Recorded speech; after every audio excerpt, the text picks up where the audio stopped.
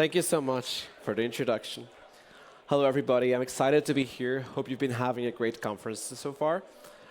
My name is João Xavier, and I'm going to tell you about the experience of being an elite programmer.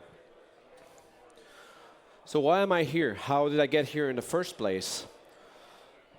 So, like many of us in this kind of roles, we've started off as individual contributors in our track. So for me, I have experience as a programmer. I've worked as a programmer for several years. And it's great solving technical challenges. We love that. And you get better at it, you become a senior. But then you start noticing that the more experience you have, the harder it is to feel like you're progressing. So the curve of learning starts tapering off. It's harder to push through.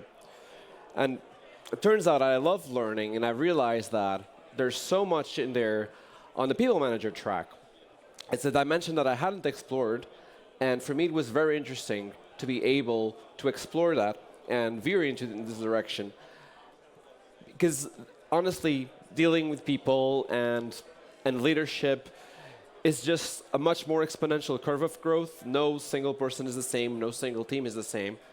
And therefore, it was very interesting for me to have been in this career track for several years now. And that's why I'm here in this position, talking to you about this today.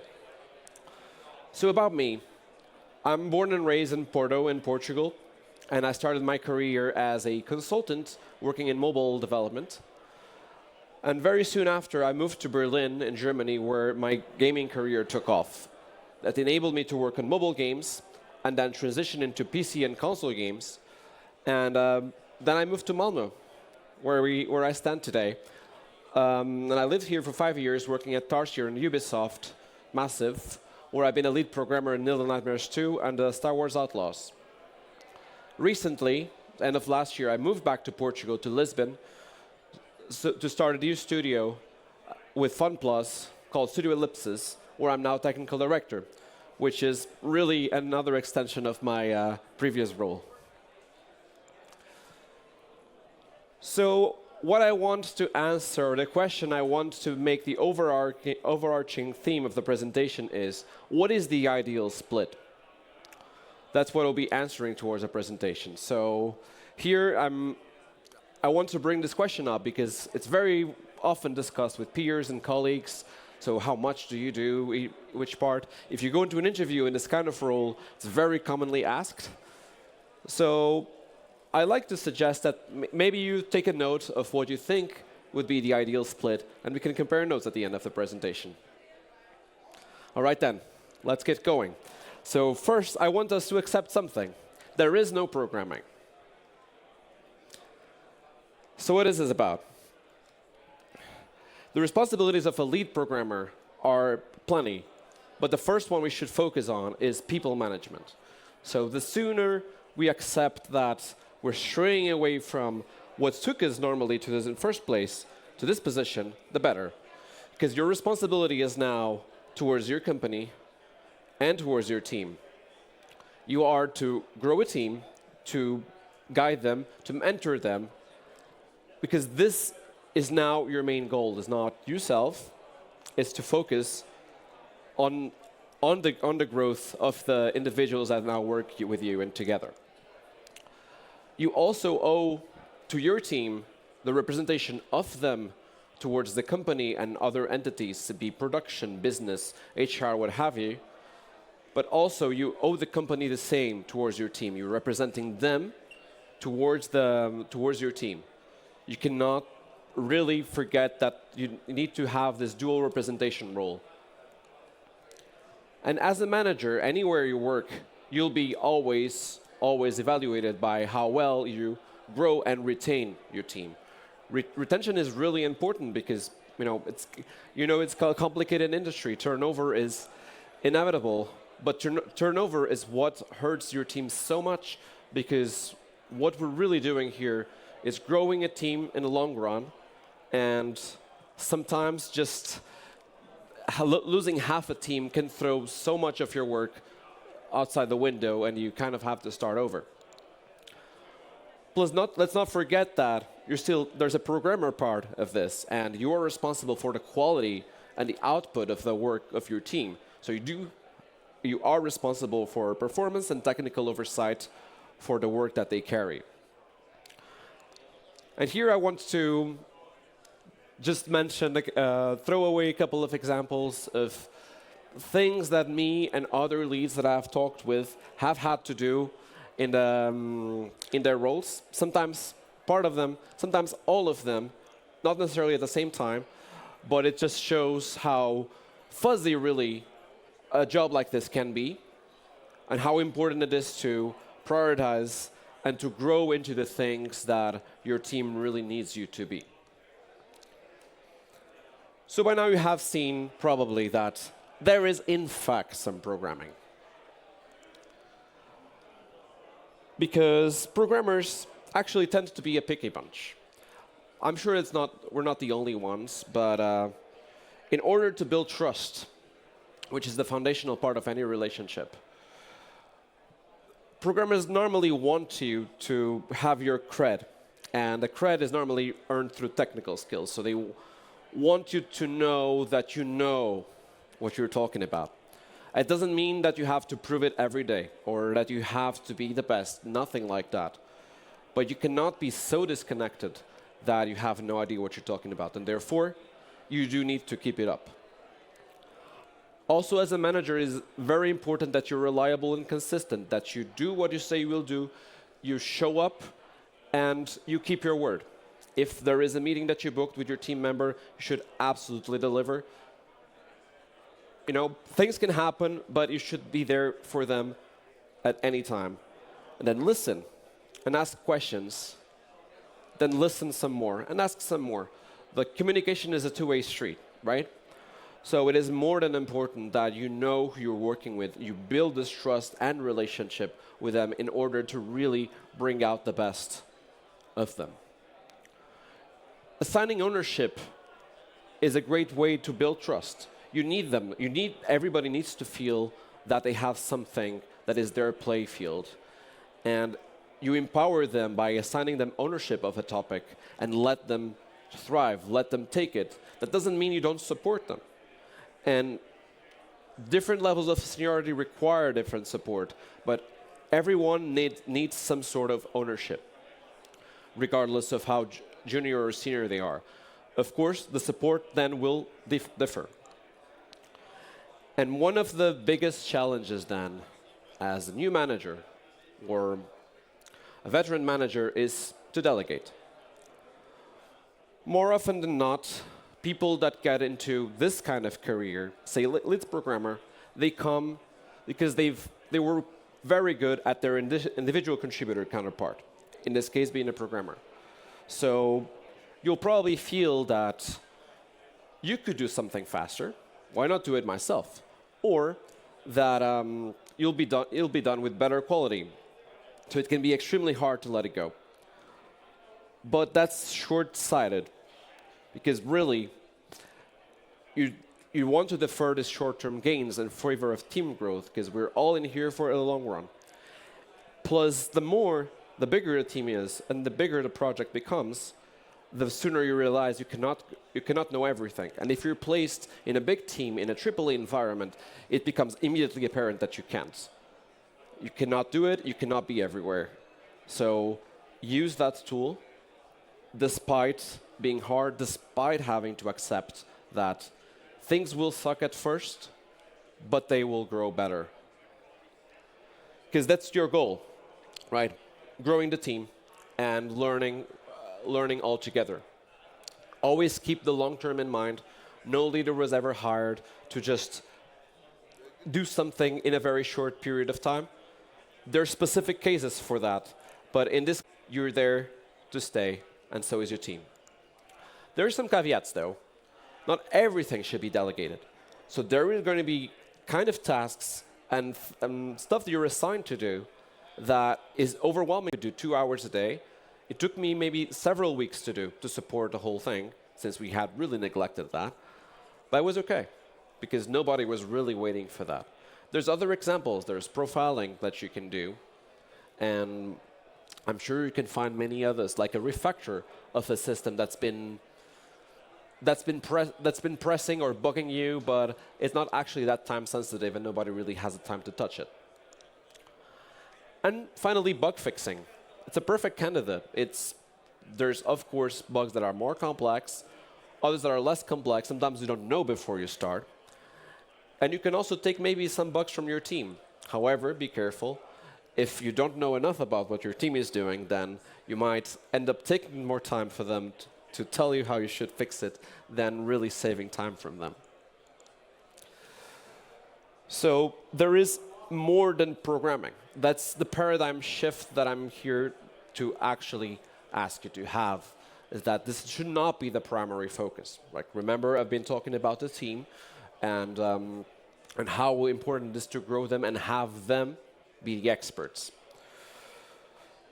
So for you as a lead, and anybody really, it's important that you're good at communication. Honestly, if you'd ask me, is one of the most important, if not the single most important trait any developer can have, and I'm sure that can draw a parallel to very other many jobs. If you landed this role, there is a high chance that you're already better than average at this, so good. Doesn't mean that you cannot get better. And one thing that came from talking to potential interested in this role was the fear that you actually need to be an extrovert to be a good communicator. This is not true. It's not about who speaks the loudest or who makes the most noise. It's often about how you do it and how people are willing to listen to you. Sometimes that's not maybe a meeting with 15 people. That might be a very good email that you know how to write, or if you've put enough time. That might be a very good documentation page that you wrote, or you might be very good at just delivering your point to the right people on a one-to-one setting. Most importantly, you have to be good at listening. Again, comes back. Do listen more than you speak. Sometimes just being the loudest person in the room can bring you to not really listen to what the others are saying. In order for your team to thrive as well, you want them to relate to what they're doing. You want to provide context as to why they're doing what they're doing. This empowers them greatly because they can connect to the greater picture. They can connect why what they're doing today, makes sense for the maybe current milestone, maybe for the whole game. And it's also clear that in this role you'll have access to a lot of information that may or may not be able to be shared. However, I would default on the side of transparency, knowing that too much context and too much information can also be overwhelming to them and hinder them more than it helps. However, if they should come to you asking, why are we doing this? I believe that you should feel free to communicate the why. It's important to be truthful and transparent. So my recommendation is to hold weekly one-on-ones. So it is very important to have a touch point with your team at regular points, and for them to know that they have an undivided time of yours at a given time of the week is comfortable to them, generally. The reason I suggest weekly over any other time frame is that even though you shouldn't try your best to make it every single week, there will be times where you cannot, or you have to postpone. I suggest always postponing and not making this a habit, but if this should happen, there's always next week.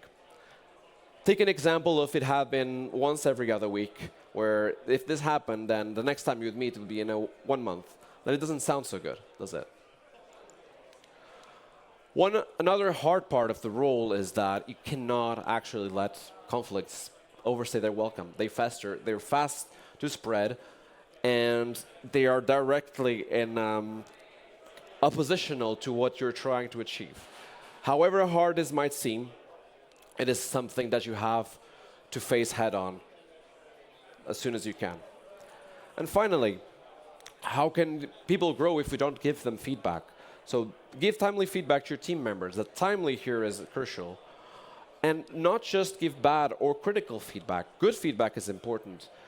You should give all the good feedback that you can, catch someone doing something great and praise them. In fact, praise them in front of every team members. Feedback is a muscle. You can work on it.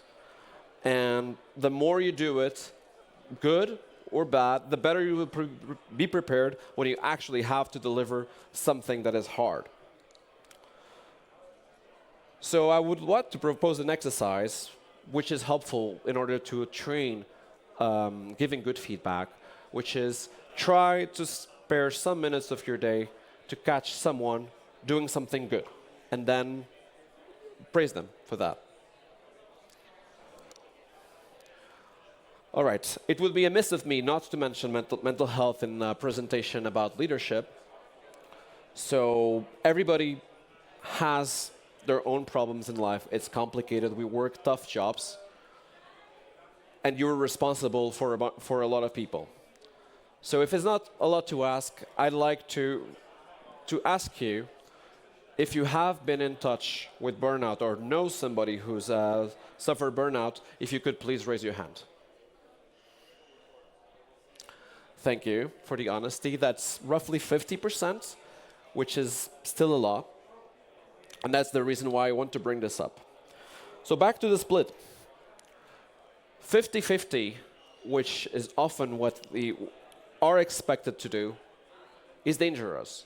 That means that the work that you cannot postpone, which is the leadership part, is done while everybody is working. Which means that where does the other 50% go if you already spent your whole day working? I guess you know the answer. It's another 4 or 5 hours on top, which work for some time and will not be sustainable in the long run. That's a sure way of inevitably degrading the mental health, which is overworking. Like I said, the programming job only begins after everybody leaves. The other problem with burnout signs is that you cannot really identify your red flags before things go south. You might have very good introspection, but from my experience, from all I have noticed, people tend to notice this in others much before they can notice them on themselves, even when they're told they're going on this path. And the hard truth is that sometimes you have to hit the wall or the bottom of the pit really hard before you can actually figure out your own. It is extra difficult if you're in this pit and you try to figure this out for your team as well, because it is a big part of your responsibility, your team's health and their mental health. And you should be able to at least identify the flags. You're not a professional on healthcare here or a therapist, but you can at least identify and guide them to other professionals. In this case, hopefully the company has, or health insurance has some sort of preventative support that can help you, therapy and whatnot. It is not a weakness, and burnout is not worth it. It is not a badge of honor. It's not something that you have actually to go through. So avoid at all costs. I want to leave a last slide on some potential red flags that you could find, try to see in yourself and others to know if you're going down this path. But as I said, the most important is try to spot them and then seek help. You don't mean to solve these problems by yourself. All right, since I mentioned what the ideal split is not, so what really is it? Just to tie it all together. There is none. There is no ideal split. I wonder how that compares with your notes. Is that it? So I don't believe there's good answers to this question, but I believe there are bad answers, right? So too much programming will not make you a good lead. But also managing without programming will get you out of touch. And attempt 50-50 and you will know work without end. So there's modifiers to this. Of course, not everything is black and white. And the split does fluctuate based on several factors. First and foremost is the team and the company size. Different teams will call for different setups at different times. When I started working on my current job, there was no team to report to. I actually did 100% programming. There was no team. Now, with 5 reports, the split wildly varied. And the phase of the project. Sometimes you need all hands on deck. Sometimes you need to stay away. There's planning to be done. So you never really will find an answer here. The important part is that you keep a blueprint, you keep the priorities, because what you should prioritize here is that there is a team. It is your team and your responsibility. And so as long as you're able to keep them as priority number 1 above the rest, then place the project second, and then your own individual needs and aspirations third, like having fun doing some programming. I believe that you'll do a great job as a lead. Thank you very much. Thank you very much, João. Now we have time for a Q&A session. So please raise your hand if you want to ask a question.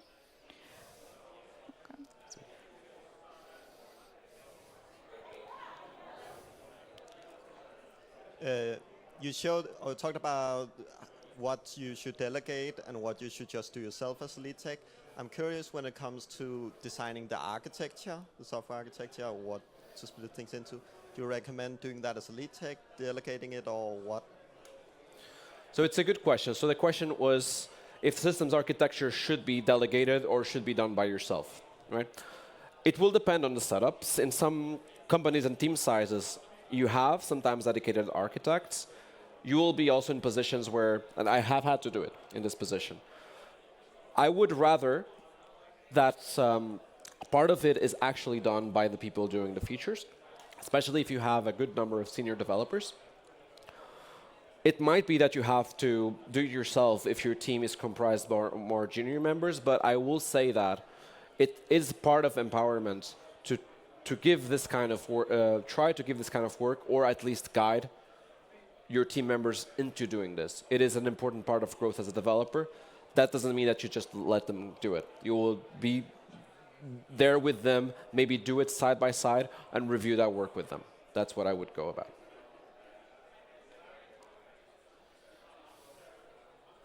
Do we have any other questions? One here. Oh, here, okay. Thank you for the talk. It was amazing. And I'd love to know what was the biggest challenge you faced in your career and how did you solve it? It's a great question. I would say a biggest challenge from a team perspective was in the production of a game, and it was during COVID. And I've broken, or rather, I've broken the rules of what I said, which is why I've learned not to do it.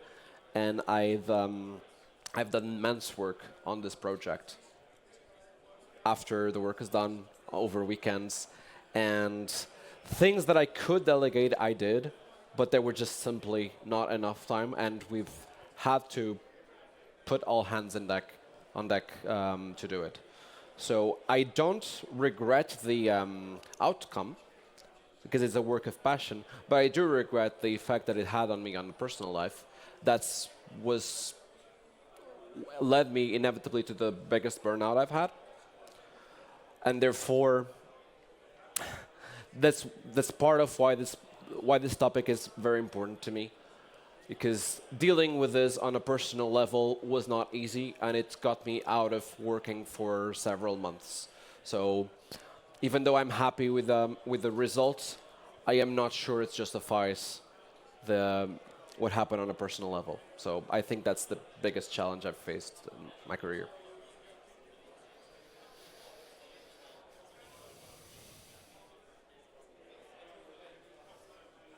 Hey, if we don't have any other questions, then thank you very much again, João.